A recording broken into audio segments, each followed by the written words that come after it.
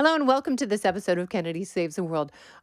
Joe Scarborough and Mika Brezinski and I are best friends now. Isn't that fun? That's actually not true.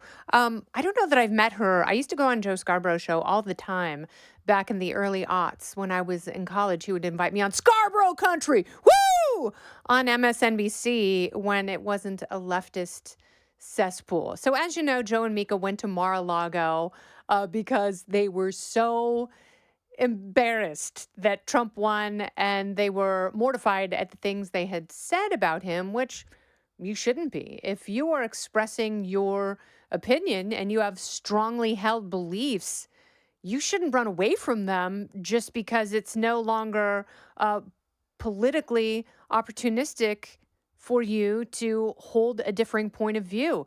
If you believe in something, stand by that. But I believe by and large, Joe and Mika are just a couple of bullshit artists. And they got caught. And they were the ones who were such firm believers. And they were the ones who were advertising constantly that Joe Biden was healthy. He was fine. He was fit. He was mentally agile. He had all of the capabilities necessary to lead the country. He could wake up at 3 a.m. and take that horrific phone call and know exactly what to do because Jesus didn't need to take the wheel because Daddy President was there ready to drive a semi truck right up Al Qaeda's ass or whatever he needed to do. That was all a complete lie. That was a fabrication. And shame on anyone in the media who was pushing that narrative. Shame on anyone in Biden's inner circle because they didn't believe it. So why were they telling the world that? Well, Joe and Mika were the very worst among the media elites because they had President Biden on all the time. They were trying to curry favor with him. They wanted access. They wanted to be his little baby cabbages and be patted on the head for saying nice things about a man who was no longer in command of his faculties. And if they had spent any time with him, which, by their accounts they had, they knew him personally. Joe Scarborough was on speed dial both ways with the president. So they were the ones telling us that there was no need for a primary, that President Biden was fit, and that he should continue. And then it was very interesting because right after the debate happened, if you remember, Joe Scarborough was like, oh my God, he was pulling his hair out. And he was giving himself that crazy hair that he had the morning after the election just a couple of weeks ago. And then all of a sudden, he was given talking points from Biden's inner circle, and he was so adamant that Trump lost the debate, that Biden was in command and control. He knew exactly what was happening. He had a bad night. He had just had COVID. So he probably had some cough medicine, was making a million excuses for him. And this was not a unique event. The debate implosion. This was Joe Biden every single day. We just got access to it. We just got to see it. But Joe Scarborough and Mika Brezinski had to go out there and they had to play propagandists until it was no longer politically viable. And then they got right on the Kamala train and cut to Trump is Hitler. So how did Joe Scarborough go from being the fun, cool Republican in a pickup truck with a half rack of beer to being this crazy, nutless, super leftist, borderline progressive propagandist? It was when he fell deeply in love with Mika Brezinski and she started personally curating every political expression that he had. And, for a while, like every other politico, every other celebrity, they were friends with Donald Trump. They would go to Mar-a-Lago. They would socialize, and then he became the enemy. And then when it was a dead heat between Kamala and Trump, that's when they switched to Trump is Hitler. He's a fascist. He is so dangerous. And they said these unforgivable things about him, but they are clowns. They are actors. They don't mean any of it. So that's why they went to Mar-a-Lago, because they just want to be invited into the inner circle. So they have no scruples. They have no morals. They have no moral compass.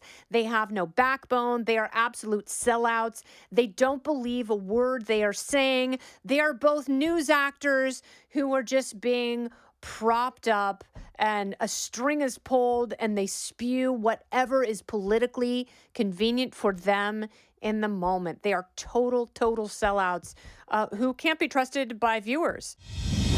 Don't go anywhere. More Kennedy Saves the World right after this.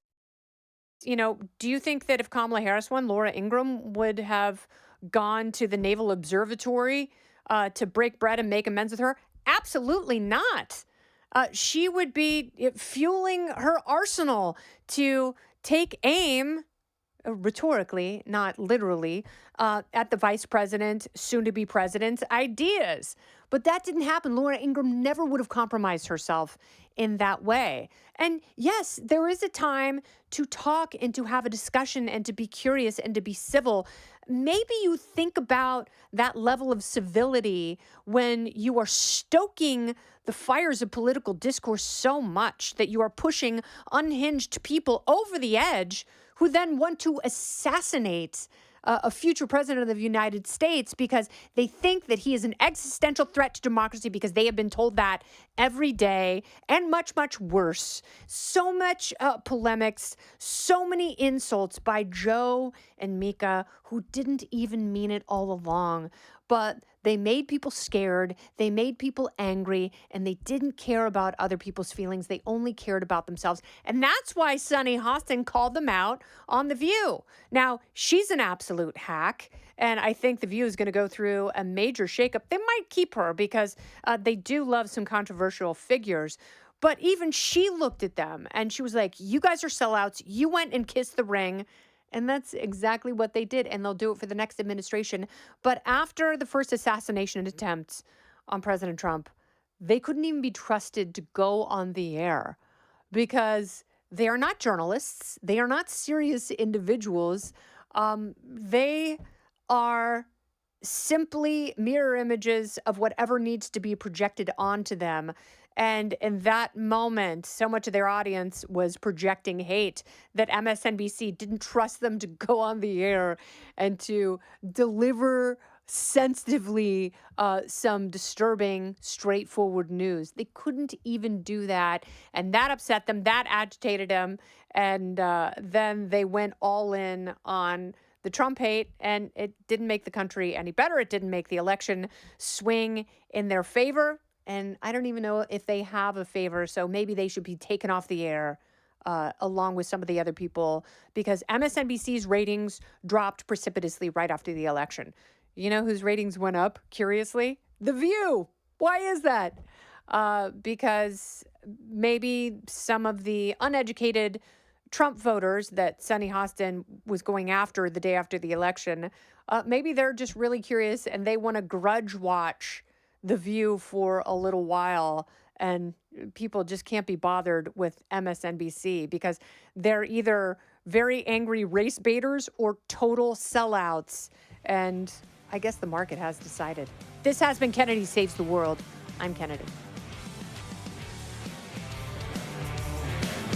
Listen ad-free with a Fox News Podcast Plus subscription on Apple Podcasts, and Amazon Prime members can listen to this show ad-free on the Amazon Music app. Oh, go ahead and leave me a review while you're there. I'd love to hear what you have to say. You've been listening to Kennedy Saves the World on the Fox News Podcast Network.